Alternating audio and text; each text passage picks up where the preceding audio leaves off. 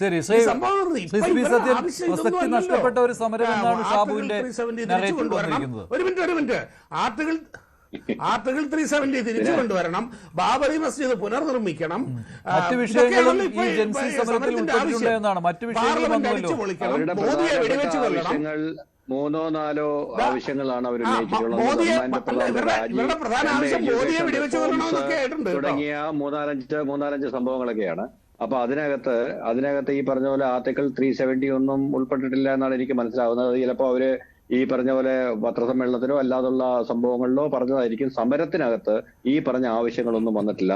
സമരം പ്രധാനമായിട്ട് ഉദ്ദേശിക്കുന്നത് ധർമ്മേന്ദ്ര പ്രധാന രാജിയും എഡ്യൂക്കേഷൻ റിഫോംസുമാണ്. അപ്പൊ അതിനകത്ത് ആ വ്യക്തമായ ആവശ്യങ്ങൾ ഉന്നയിച്ചുകൊണ്ട് തന്നെയാണ് സമരം നടക്കുന്നത്. നമ്മൾ ഇതിനകത്ത് മനസ്സിലാക്കേണ്ട ഒരു പോയിന്റ്, ഈ നേരത്തെ മോഹൻ വർഗീസ് സാറ് പറഞ്ഞ ഒരു എന്താ പറയുക കോൺസ്പിറസി തിയറി, ആ കോൺസ്പിറസി തിയറിയിൽ അത്ര വലിയ കാര്യമുണ്ട് എന്ന് എനിക്ക് തോന്നുന്നില്ല. കാരണം ഈ പറഞ്ഞതുപോലെ യുവാക്കളെ ഒരു പ്രക്ഷോഭം സ്വയം ക്രിയേറ്റ് ചെയ്ത് സ്വയം ഒതുക്കി ഈ സംഭവം മാനേജ് ചെയ്യാമെന്ന് BJP ചിന്തിക്കുമെന്ന് എനിക്ക് തോന്നുന്നില്ല. അതിനേക്കാൾ അവർക്ക് വളരെ സിമ്പിൾ ആയിരുന്നു ഈ സാറ് തന്നെ പറഞ്ഞതുപോലെ ഒരു ക്യാബിനറ്റ് റീഷഫിൾ നടത്തി ധർമ്മേന്ദ്ര പ്രധാനെ നിലനിർത്തുകയോ ഒഴിവാക്കുകയോ വകുപ്പ് മാറ്റുകയോ ചെയ്യാമെന്നുള്ളത്. അപ്പൊ അത്രയും സിമ്പിളായ ഒരു അവസ്ഥ നിലനിൽക്കുമ്പോൾ അതിനേക്കാൾ വലിയ ഈ ഒരു വ്യാജ പ്രക്ഷോഭം ഉണ്ടാക്കി അതിന്റെ മുന്നിൽ ചെന്ന് സ്വയം നിന്നു കൊടുക്കേണ്ട ആവശ്യം അവർക്കുണ്ടായിരുന്നില്ല. ഇനി അഥവാ അത് തന്നെയാണെങ്കിലും നിലവിലെ അവസ്ഥയിൽ എന്താണ് സംഭവിച്ചെന്ന് വെച്ച് കഴിഞ്ഞാൽ കോൺഗ്രസിന്റെ ഒരു നറേറ്റീവ് കൂടിയായിരുന്നു. അതെ, കോൺഗ്രസ് ഞാൻ വളരെ അങ്ങനെയാണെങ്കിൽ കോൺഗ്രസിനും അക്കാര്യത്തിൽ പിശക് പറ്റി എന്നുള്ളതാണോ? കോൺഗ്രസും ക്ലാരിഫൈ ചെയ്തോട്ടെ. അപ്പൊ ശ്രീ സിബി, ഞാൻ പറഞ്ഞത് അത് അങ്ങനെ സംഭവിച്ചു എന്ന രീതിയിലല്ല ഞാൻ പറഞ്ഞത്. അപ്പം ഇവിടെ BJPയെ സംബന്ധിച്ചിടത്തോളം കോൺഗ്രസ് പാർട്ടിയെയും മറ്റു പ്രതിപക്ഷങ്ങളെയും ഫിനിഷ് ചെയ്യാനുള്ള ഒന്നാന്തരം ഒരു അവസരമാണ് ആം ആദ്മി പാർട്ടി മോഡലിൽ ഒരു ചെറിയ അരാഷ്ട്രീയ സഖ്യം ഇങ്ങനെ വരിക. അപ്പോൾ അവരെ കൺട്രോൾ ചെയ്യാൻ എളുപ്പമുണ്ട്. ഒരു വ്യവസ്ഥാപിതമായ രാഷ്ട്രീയ സഖ്യങ്ങളെയാണ് BJPയും ഭയപ്പെടുന്നത്. അതുകൊണ്ട് ഈ ഒരു പ്രക്ഷോഭം ഈ രൂപത്തിലങ്ങ് പോകുന്നെങ്കിൽ പൊയ്ക്കോട്ടെ, അതൊന്നും വലിയ വിഷയമാവില്ല, മറ്റ് കക്ഷികൾ ഏറ്റുപിടിക്കുമ്പോഴാണ് അത് വിഷയമാകുന്നത്. ആ ഒരു തിയറിയാണ് മുന്നോട്ട് പോയത്. പക്ഷേ അവിടെ ഒരു അവസരം കോൺഗ്രസ് കണ്ടുകൊണ്ട് അതിലേക്ക് ആ ബാൻഡ് വാഗണിലേക്ക് ചാടിക്കേറി അത് പിന്നെ അത് ഹൈജാക്ക് ചെയ്യപ്പെട്ടു. അപ്പം ഇവിടെ ഒരു ഭരണകൂടത്തിനെതിരെ 2 വിഭാഗങ്ങൾ, ഒരു വശത്ത് കോൺഗ്രസ് അല്ലെങ്കിൽ ഇന്ത്യ മുന്നണി, മറുവശത്ത് CJP ആണെങ്കിൽ കോൺഗ്രസിനോടും എല്ലാ രാഷ്ട്രീയ കക്ഷികളോടും സമദൂരം പാലിക്കുകയാണ്. അതാണ് അവരുടെ ഐഡിയോളജി. ഒരു രാഷ്ട്രീയക്കാരൻ വ്യവസ്ഥാപിതമായ രാഷ്ട്രീയ കക്ഷികളെ ഒന്നും തന്നെ അടുപ്പിക്കരുത്. ഞങ്ങളുടെ സമരത്തിലേക്ക് വേണ്ട എന്നായിരുന്നു. ഞങ്ങളുടെ സമരത്തിന് ആരുടെ പിന്തുണ വേണ്ട, ഞങ്ങൾക്കറിയാം. അങ്ങനെയാണ് ക്രെഡിബിലിറ്റി ഉണ്ടായത്. ഒരിക്കലും ഈ സമരത്തിന് ക്രെഡിബിലിറ്റി ഉണ്ടായപ്പോൾ പെട്ടെന്ന് അതിൻ്റെ അവകാശികൾ പലരായി മാറി. അത് ഏറ്റുപിടിച്ചത് തെറ്റൊന്നുമില്ല കേട്ടോ. പ്രതിപക്ഷത്തിന് ജോലി തന്നെയാണ്.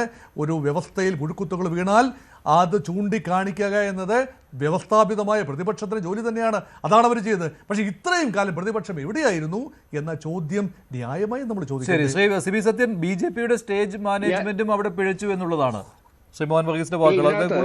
മഞ്ജുഷ് ഇതിനകത്ത് ആ ഒരു പോയിന്റിൽ എനിക്കധികം വിശ്വാസ്യത തോന്നുന്നില്ല. കാരണം അതൊരു മറ്റൊരു കോൺസ്പിറസി തിയറി മാത്രമാണ്. കാരണം നിലവിൽ നമുക്കൊരു കാര്യം മനസ്സിലാക്കണം. ആദ്യം ഞാൻ പ്രതിപക്ഷത്തിന്റെ പരാജയത്തെക്കുറിച്ച് പറയാം. ഈ സംഭവം നടന്നിട്ട് 2 മാസം കഴിഞ്ഞു.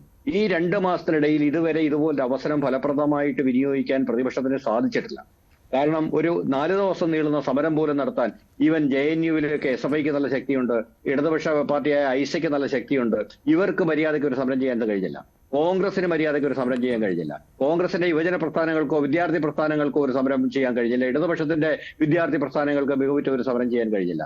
ഈ CJP എന്ന് പറയുന്ന ഈ പറഞ്ഞ പ്ലാറ്റ്ഫോം രൂപപ്പെടുന്നത് വരെ ഈ വിഷയത്തിൽ കാര്യമായ ഒരു സമരമോ ഒരു മുന്നേറ്റമോ ഉണ്ടായിട്ടില്ല എന്നുള്ളത് നമ്മൾ വളരെ കൃത്യമായിട്ട് കാണണം. BJPയെ സംബന്ധിച്ചിടത്തോളം ആ ശാന്തതയാണ് ഏറ്റവും നല്ല സാധനം. രണ്ടാമത്തത്, ഓർഗനൈസ്ഡ് ആയിട്ടുള്ള സ്ഥാപനങ്ങളെ ഒതുക്കാൻ എളുപ്പമാണ്. ഓർഗനൈസ്ഡ് ആയിട്ടുള്ള എല്ലാ പ്രസ്ഥാനങ്ങളെ ഒതുക്കാൻ എളുപ്പമാണ്. കാരണം നമുക്കറിയാം, ഇപ്പൊ ഇവിടെ തന്നെ ശിവസേന പിളർന്നത് മുതൽ ശിവസേന BJPക്ക് ഒരു വെല്ലുവിളി ഉയർത്തിയ നിമിഷത്തിൽ അവിടുത്തെ 2ാം നേതാവിനെ അവർ പിടിച്ച് വളരെ കൃത്യമായിട്ട് അയാളെ കൊണ്ട് ആ പാർട്ടി പിളർത്തി ഇപ്പുറം കൊണ്ടുവന്ന് അതങ്ങ് തീർത്തു കൊടുത്തു. അപ്പം അതൊരു വ്യവസ്ഥാപിത സ്ഥാപനമാണ്, അതിനെ ഒതുക്കാൻ എളുപ്പമാണ്. അതിനൊരു നേതാവുണ്ട്, അയാൾക്കെതിരെ നല്ലൊരു കേസ് ഇട്ടിട്ട് അതങ്ങ് ക്ലിയർ ചെയ്താൽ മതി. എന്നാൽ ഇവിടെ സംഭവിച്ചത് ഒരു അരാഷ്ട്രീയ പ്രക്ഷോഭമാണ്. ഏറ്റവും കൂടുതൽ ഒരു സംവിധാനത്തിൽ, അത് ഏകാധിപത്യമായാലും ജനാധിപത്യമായാലും അല്ലെങ്കിൽ ഈ പറഞ്ഞ സെമി ഡിക്റ്റേറ്റർഷിപ്പ് ആയാലും ഒലിഗാർക്കി ആയാലും എല്ലാവരും ഭയക്കുന്ന രാഷ്ട്രീയ മൂവ്മെന്റുകളെയാണ്. കാരണം അരാഷ്ട്രീയ മൂവ്മെന്റുകളുടെ ഏറ്റവും വലിയ പ്രത്യേകത എന്ന് പറയുന്നത് അതിന് ഏത് അളവ് വരെ പോകാൻ കഴിയും. ഒരു നേതാവ് വീണാൽ അടുത്തൊരു നേതാവ് വരും, കുറച്ചു പേർ വീണാൽ വീണ്ടും കുറച്ച് പേര് ഉയർന്നു വരും. അപ്പം അങ്ങനെ അരാഷ്ട്രീയ മൂവ്മെന്റിനെ ശക്തിപ്പെടുത്തിക്കൊണ്ടോ അല്ലെങ്കിൽ അതിനെ പിന്തുണച്ചുകൊണ്ടോ അല്ലെങ്കിൽ അത്തരത്തിലൊന്നിനെ ക്രിയേറ്റ് ചെയ്തുകൊണ്ടോ പ്രതിപക്ഷത്തിനെ ഒതുക്കാൻ BJP നടത്തിയ ശ്രമമാണെങ്കിൽ BJPയുടെ പൊളിറ്റിക്കൽ ഇന്റലിജൻസിനെ നമ്മൾ ചോദ്യം ചെയ്യേണ്ട സമയമായി.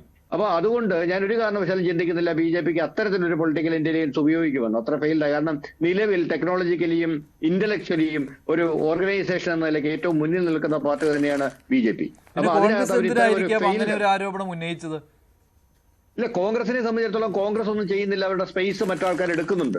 അപ്പൊ അതുകൊണ്ട് അവരവരുടെ ഈ പറഞ്ഞതുപോലെ ഉത്തരവാദിത്വമില്ലായ്മ തന്നെയാണ് കാണിച്ചതെന്നുള്ളതാണ് എന്റെ അഭിപ്രായം. കാരണം നീറ്റ് പോലൊരു പരീക്ഷയിൽ ഇതുപോലൊരു പ്രശ്നം ഉണ്ടായിട്ട്, ഈ നീറ്റ് മാത്രമല്ല അതിന് തൊട്ടു മുമ്പ് CBSEയുടെ മൂല്യനിർണ്ണയം ഓർമ്മയില്ലേ? CBSEയുടെ മൂല്യനിർണ്ണയത്തിനായിട്ട് ഉപയോഗിക്കുന്ന ഏതോ ഒരു ആന്ധ്രയിലെ ഏതോ ഒരു ഉഡായിപ്പ് കമ്പനിക്ക് അതിന്റെ മൊത്തം കോൺട്രാക്ട് കൊടുത്തു. കോടികളുടെ കോൺട്രാക്ട് ആണ്. TCS പോലുള്ള കമ്പനികൾ അപ്ലൈ ചെയ്തിട്ട് അവരെ എല്ലാം ഒഴിവാക്കിക്കൊണ്ടാണ് ആ കമ്പനിക്ക് കോൺട്രാക്ട് കൊടുത്തത്. എന്നിട്ട് എന്താ സംഭവിച്ചത്? ഈ മുഴുവൻ കുട്ടികളെ മാർക്ക് നഷ്ടപ്പെട്ടു. അതിന്റെ ഡീറ്റെയിൽസ് പുറത്തു കൊണ്ടുവന്ന കുട്ടിയെ ഒരു പാകിസ്ഥാൻകാരനെന്ന് വിളിച്ചു. അപ്പൊ ഈ സംഭവത്തിലൊന്നും കൃത്യമായ ഒരു സമരമുഖം തുറക്കാനായിട്ട് കോൺഗ്രസിന് സാധിച്ചില്ല. ഒരുപക്ഷെ കോൺഗ്രസിനും പ്രതിപക്ഷ പാർട്ടികൾക്കും ഈ പറഞ്ഞതുപോലെ ഇവർക്കെതിരെ ഒന്നും ചെയ്യാൻ സാധിക്കില്ല എന്ന് ജനത്തിന് ഒരുപക്ഷെ തോന്നുന്നുണ്ടാവും. പക്ഷെ നിലവിൽ ഇതൊരു ബഹുജന പ്രക്ഷോഭമായിട്ട് വളർന്നു വരികയാണ്. And Congress is right at their place. ഇത് ഏറ്റവും കൃത്യമായ സമയത്ത് ഏറ്റവും കൃത്യമായ സ്ഥലത്ത് അവർ ഇടപെട്ടിട്ടുണ്ട്. അത് ഈ പറഞ്ഞതുപോലെ കോൺഗ്രസിനകത്ത് വീണ്ടും ഒരു പ്രതീക്ഷ കൊണ്ടുവരുന്നുണ്ട്. ഒരു എന്താ പറയുന്നത്, അവര് സ്ട്രാറ്റജിക്കലി കൃത്യമായിട്ട് ഇതിനകത്ത് പൊസിഷൻ ചെയ്തിട്ടുണ്ട്. ഇതിനകത്ത് ഈ സമരത്തിനെ അടുത്ത ലെവലിലേക്ക് കൊണ്ടുപോകാനും അല്ലെങ്കിൽ ഈ സമരത്തിനെ ഇനിയും വലുതാക്കാനുമുള്ള കൃത്യമായ ഒരു സ്ട്രാറ്റജിക് പൊസിഷനിങ് തന്നെയാണ് ഇന്ത്യ സഖ്യവും ഈ പറഞ്ഞ കോൺഗ്രസും നിലവിൽ നടത്തിയിരിക്കുന്നത്.